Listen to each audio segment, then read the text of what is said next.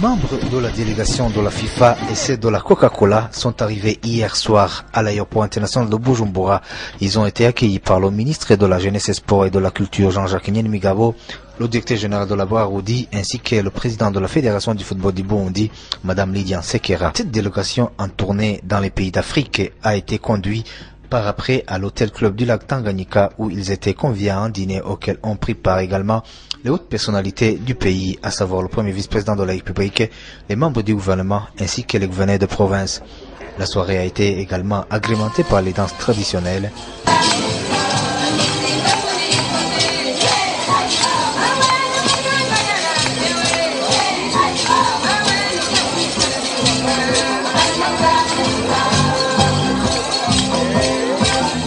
Le représentant de la FIFA a par la suite présenté le trophée de la Coupe du Monde au vice-président de la République et les cérémonies se sont clôturées par la prise de photos avec le trophée.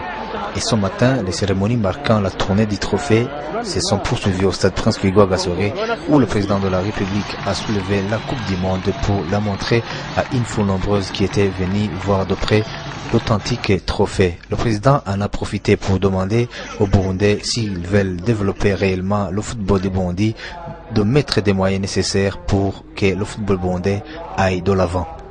Premièrement, nous disons que je suis très honoré aujourd'hui de toucher à cette Coupe du Monde. Mais nous disons que c'est le début.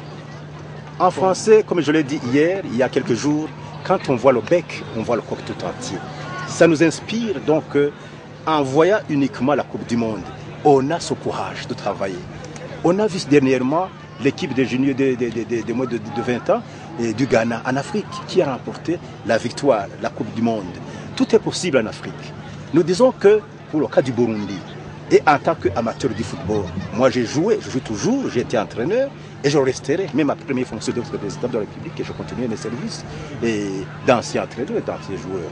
Nous disons que nous voulons mettre en contribution tous nos efforts, qu'ils soient le gouvernement, qu'ils soient les journalistes, qu'ils soient la population, qu'ils soient les hommes privés, qu'ils soient les organisations civiles. Tout le monde doit comprendre que si nous voulons avoir la Coupe du Monde, gagner cette Coupe, nous devons travailler durement. Et c'est ce que nous interpellons la population burundaise. Nous sommes capables d'arriver à beaucoup de choses. C'est pourquoi cette Coupe vient comme une vision Burundi 20, 30, 40, 50. Si on s'y met et qu'on s'y prépare, on peut dans un premier temps, après 15 ans, avoir la Coupe d'Afrique. On peut avoir... Le trophée de la Coupe du Monde passe dans 68 pays du monde, dont 52 pays d'Afrique.